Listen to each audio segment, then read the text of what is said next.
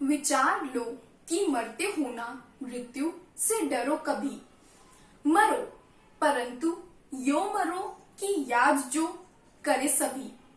सुप्रभात। आज मैं मानविका सिंह कक्षा 10वीं की छात्रा मनुष्य वही जो मनुष्य के लिए मरे विषय पर अपने विचार प्रस्तुत कर रही हूँ।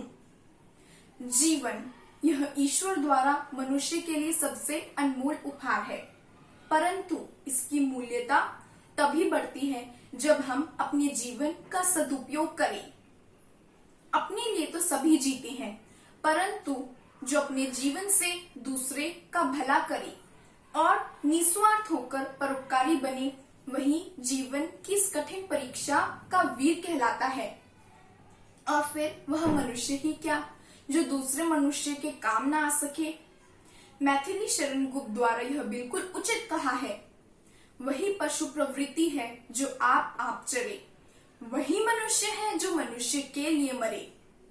अर्थात प्रकृति ने पशुओं की अपेक्षा मनुष्य को अपना ही नहीं बल्कि दूसरों के हिताहित का ख्याल रखने का सामर्थ्य प्रदान किया है, परंतु इसमें हमारा स्वार्थ बाधक बन जाता है। इतिहास में ऐसे हजारों नाम हैं जिन्होंने अपने जीवन से दूसरों का जीवन संवारा है। दधीची का अस्थि दान, रंतिदेव का अन्न दान, शिवी का मांस दान इसके अनुपम उदाहरण हैं। इतिहास साक्षी है कि संसार उसी को याद रखता है जो दूसरों के लिए जीते हैं और जो दूसरों की सुख सुविधा के लिए अपना सर्वस्व बलिदान कर देते हैं। हम अपने अधिकांश कार्य अपने लिए ही करते हैं, परंतु पर के लिए अपना सर्वस्व बलिदान करना ही सच्ची मनुष्यता है। यही धर्म है, यही पुण्य है और यही परोपकार है। प्रकृति भी हमें निस्वार्थ होकर दूसरों के लिए कुछ कर दिखाने का संदेश देती है।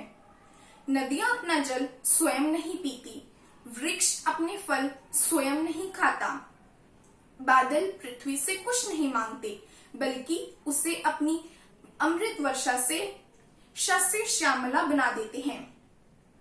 हमारी संस्कृति का मूल्य आधार भी त्याग और बलिदान है और यही गुण है जो एक मनुष्य को मृत्यु लोक से गमन होने के बावजूद उसे लोगों की यादों में युगों तक जीवित बना देते हैं। उसकी मृत्यु भी सुमृत्यु बन जाती है।